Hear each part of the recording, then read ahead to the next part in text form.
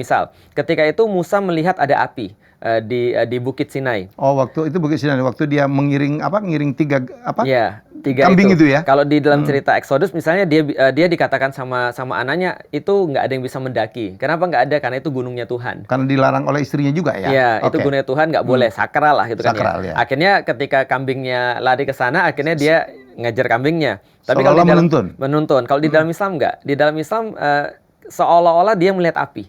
Jadi ada sesuatu yang bercahaya, dia ngeliat api, berarti itu kondisinya malam kan, nggak mungkin dia ngeliat api kondisinya siang.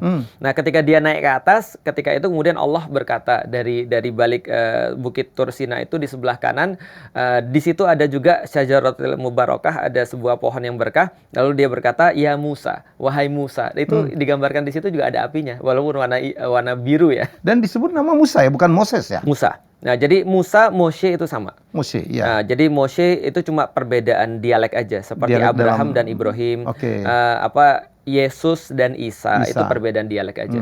Kayak ya inilah Muhammad sama Mehmet kalau di Turki. Ya, itu aja. Yang selalu menarik film kisah tentang Nabi Musa adalah 10 perintah Tuhannya. Betul. 10 Commandment. Betul. Di mana dalam film ini tidak terlalu dibahas ya. Iya, di terakhir aja dipahat. Cuman poin-poin 1 sampai 10-nya hampir tidak dibahas. Hampir tidak dibahas karena kayaknya film itu mau menitik beratkan pada konflik ya. Konflik yang terjadi antara Bani Israel pada saat itu, Israelites itu dengan orang-orang Mesir pada saat itu. Itu konflik itu yang mau disampaikan. Jadi ya ciri-ciri film zaman sekarang kan nggak ada orang jahat dan nggak ada orang baik mutlak. Orang baik ada kesalahan, orang jahat ada kebaikan kan. Semua gitu punya kan, motif. Semua punya motif. Nah, yang dijelaskan kayak motif-motif itu. Nah, makanya kemudian yang terakhir Ten Commandments-nya itu nggak terlalu diceritain. Bahkan cuma cerita dipahat dan akhirnya ditaruh di peti kan. Nah, itu yang kita kenal dengan tabut itu. Jadi tabut yang berisi di dalam Al-Quran sakinah. Apalagi perbedaan-perbedaan yang menarik untuk kita bahas.